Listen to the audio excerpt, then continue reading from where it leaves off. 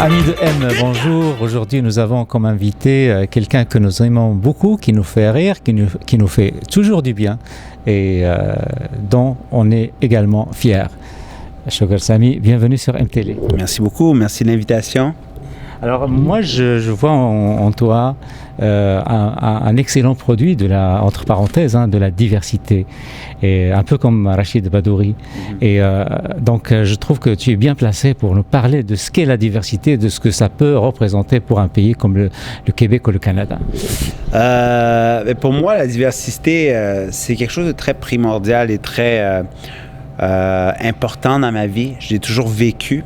Et ça a toujours fait partie de, je pense, mon enrichissement culturel et aussi du fait que ça m'a donné beaucoup de facilité à voyager et à répandre mon humour partout.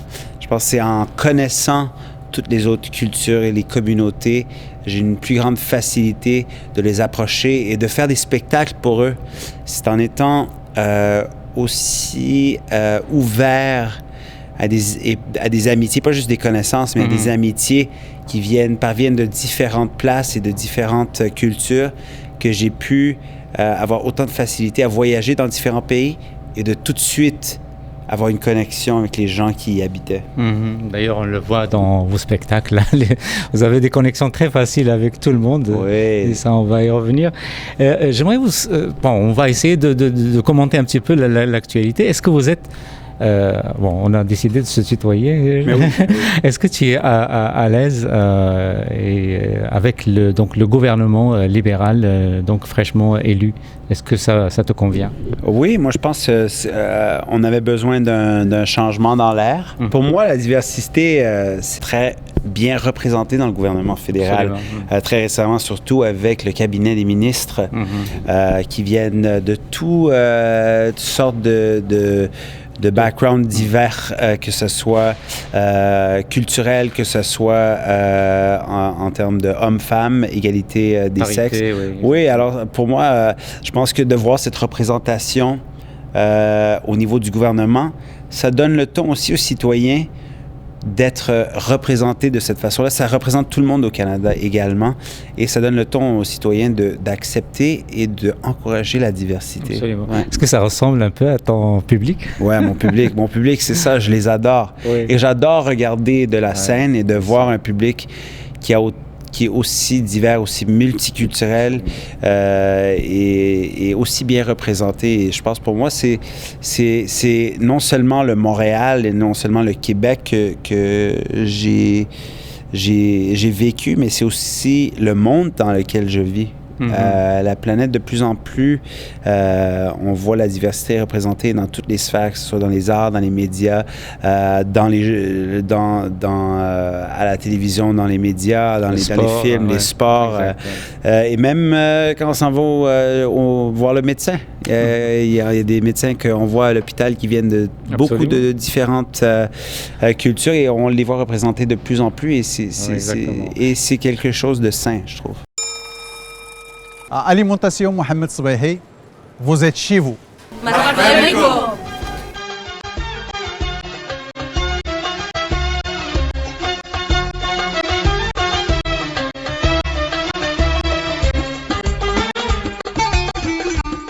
Comment vous appelez? Comment tu t'appelles?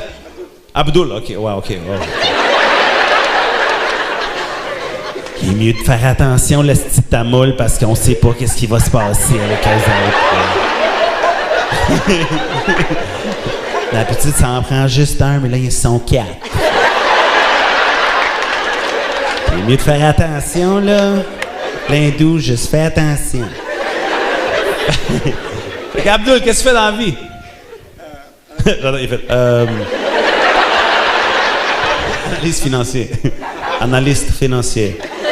C'est comme ça qu'on rentre l'argent dans le pays pour financer nos projets.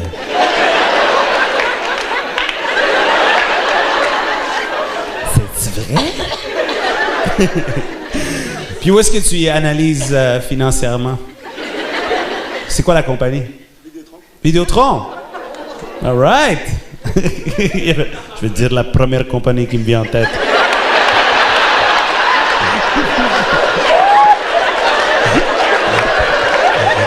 Vite, vite, Vidéotron. Est-ce qu'un jour on pourrait voir Justin Trudeau sur scène avec toi, comme ce que tu as fait avec Pauline Marois? Oui, j'aimerais ça. Je pense qu'il est occupé avec d'autres choses encore plus importantes pour l'instant, mais si jamais il a le temps, j'aimerais bien qu'on écrive un numéro ensemble. Oui, ça serait super. Ouais. Ah, ça serait super. J'adorerais ça. Je pense qu'il a le sens de l'humour. Ah oui. Je pense que c'est un premier ministre qui est très branché. On le voit, il est très... Donc on peut peut-être lui lancer l'invitation. Sure, M. Trudeau, ce serait un plaisir d'écrire un numéro avec vous, puis qu'on puisse le jouer devant un public. Si vous avez du temps, je sais que vous avez un agenda très, très occupé. Si jamais il y a un petit trou dans l'horaire, faites-moi signe, on se tweetera. Excellent, voilà, une belle invitation via MTélé à M. Justin Trudeau.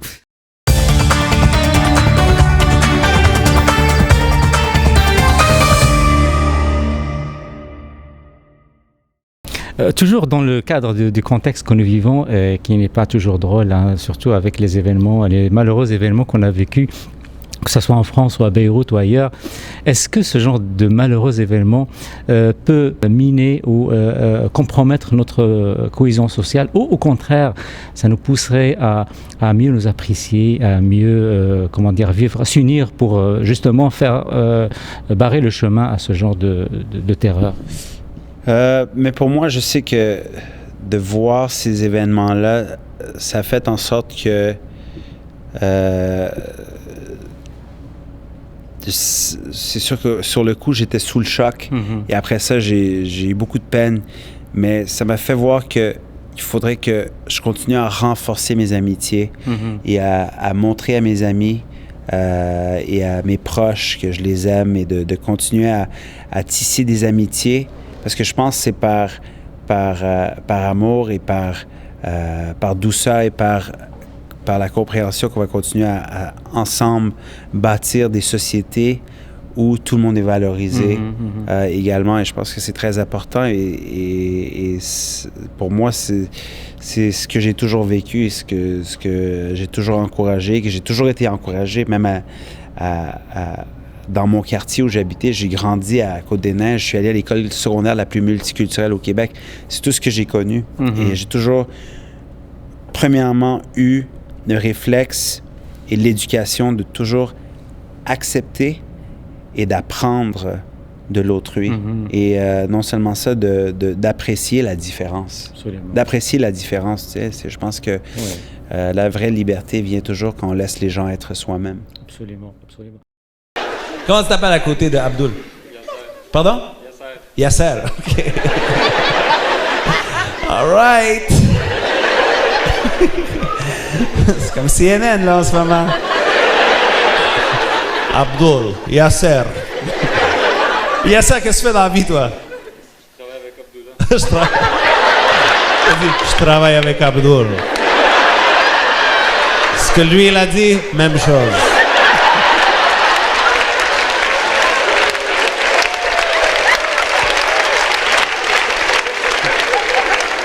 On travaille en ce moment. T'as compris?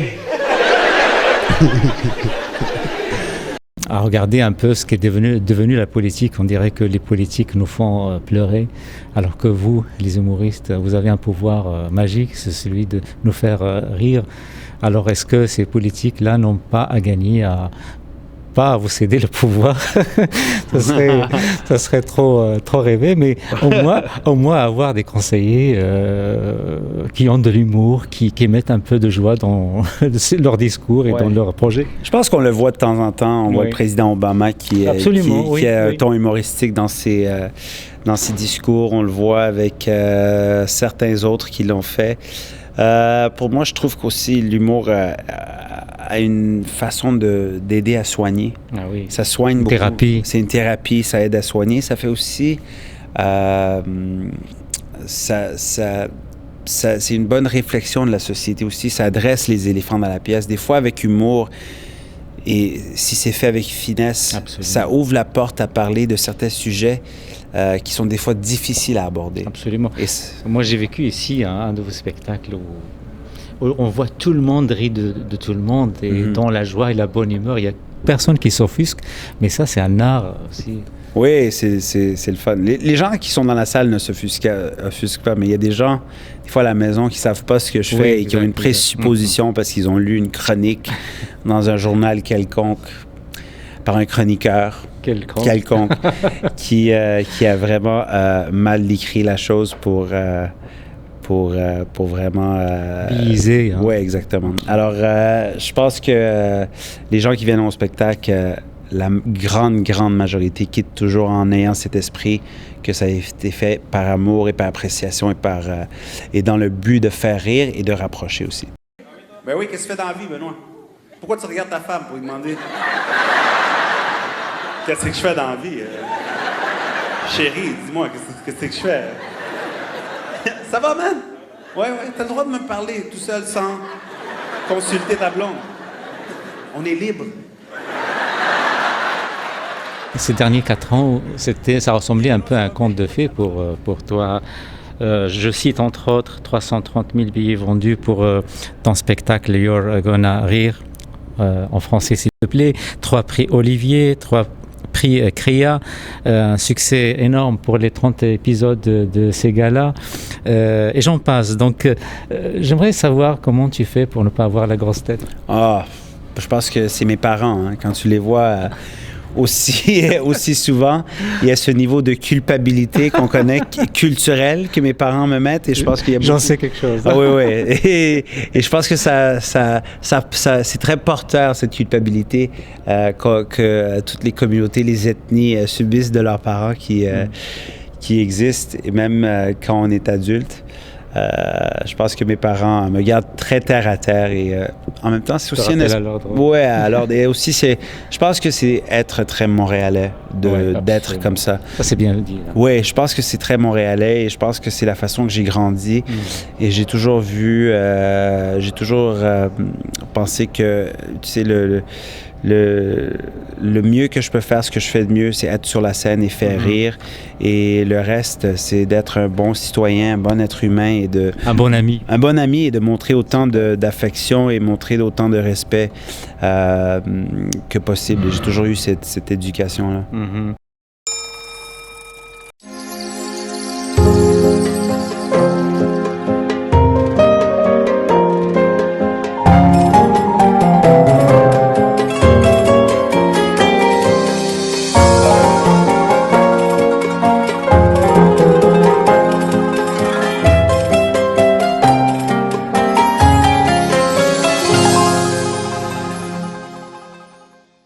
Et là, Sugar Sammy, j'ai des journalistes en herbe. C'est mes jumelles qui ont envie. D'abord, elles sont ravies de te rencontrer parce qu'elles sont des fans aussi. Et elles voudraient te poser une question. Mais oui. Une question. Je n'ai aucune idée sur ce qu'ils vont dire. Avec plaisir. Alors, je te présente Kenza et Rita. Allô? Salut. Ça va bien? Approche. High five. Alors, je vous laisse poser vos questions et soyez pas gênés. Ok. La première question, c'est est-ce que tu es déjà venu au Maroc comme touriste ou est-ce que tu es déjà venu faire un spectacle au Maroc? Je suis pas encore venu au Maroc, mais j'aimerais ça, aller faire un spectacle. Je sais qu'il y a le Marrakech du Rire. Oui. Je pense que c'est Jamel Debbouze qui l'organise, le Marrakech du Rire. Alors, si vous pouvez le tweeter très fort et dites à tout le monde et toute la communauté de le tweeter, dire Jamel, pourquoi t'amènes pas Sugar Sammy? Ça va cartonner au Maroc. Et là, il va vous écouter, il va dire il faut que je l'amène, j'ai eu tellement de tweets. Alors il faut qu'on commence une campagne ensemble. Vous allez faire ça avec moi? Rita, tu peux le dire à Jamel Debbouze? Vas-y. Ça vaut vraiment la peine. Écoute Jamel. Ouais, ok. Invite ce gars, il est drôle. Ouais, il est vraiment drôle, invite-le. Ouais, Jamel, arrête de niaiser. Dites ça, arrête de niaiser. Arrête de niaiser. Ça suffit. Et puis Rita, est-ce que toi tu as une question? Ouais, est-ce que ça a toujours été ton rêve de devenir humoriste? Oui, depuis que je suis tout petit. J'ai regardé Eddie Murphy, c'était mon idole. Et dès que je l'ai vu, j'ai dit, je veux faire ça pour le reste de ma vie. Et c'est tout ce que je voulais toujours faire, c'est être humoriste. Alors j'ai poursuivi mon rêve, même quand c'était difficile. Et là, je suis presque rendu. Très, très bien en plus. Ouais. Est-ce qu'il vous fait rire? Ouais.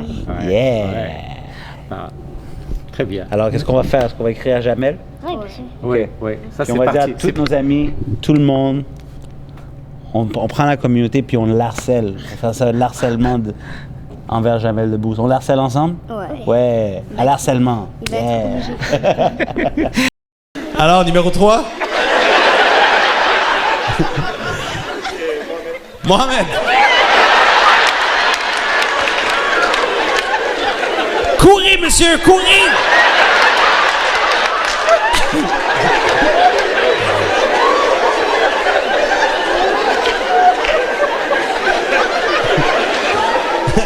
La madame qui dit, c'était-tu vrai, tu penses que c'est vrai?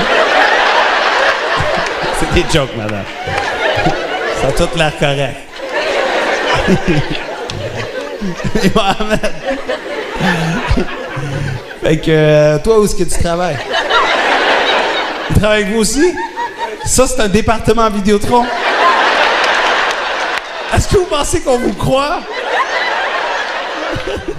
Donc les temps des fêtes arrivent et qu'est-ce que tu nous réserves comme superbe cadeau? L'année dernière, vous êtes amusé, tu t'es amusé à provoquer l'Office de langue française et cette année là. Et là, il y a une autre campagne qui sort qui va être assez drôle et je pense aussi provocatrice. Absolument. Et elle sortira la semaine prochaine. Donc, j'ai quand même des surprises qui s'en viennent. Je ne veux pas trop donner tout de suite. Okay. Mais il y a quelque chose. Qui s'en vient. Excellent. Bon, moi non plus, j'oserais pas prendre le punch. Donc, on va laisser les choses venir toutes seules. Et puis, donc, on finit par... j'aimerais que tu lances un petit appel à la communauté maghrébine, qui est notre premier public, mais aussi à la diversité en général, pour qu'ils viennent assister à tes spectacles et comment dire, avoir cette thérapie-là, justement, on en a tellement besoin en ce moment-là. Mais oui, venez au spectacle. Ça fait du bien de venir et de rire. C'est un cadeau qu'on a de rire, alors utilisons-le. Ça fait du bien. Je pense que ça va nous aider à aussi mieux passer les fêtes. Alors venez, faites-vous un cadeau, faites des cadeaux à vos proches pour les fêtes aussi. Et allez voir un spectacle d'humour. Même si c'est pas moi, allez voir un spectacle d'humour. Le rire, c'est toujours bon pour l'âme. Voilà, absolument. Donc, l'humour comme cadeau, c'est vraiment un très très beau cadeau qui n'a pas d'égal. Hein, ouais, donc, absolument.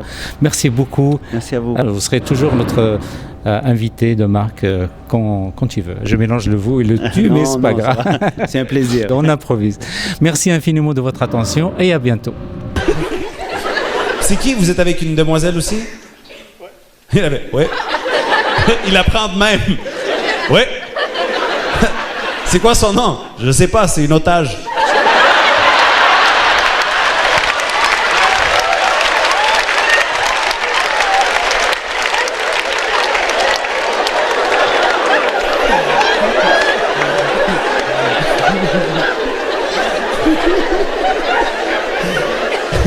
Des fois, on les sort pour les divertir aussi. Bonne main d'applaudissements pour toute la gang. Let's go!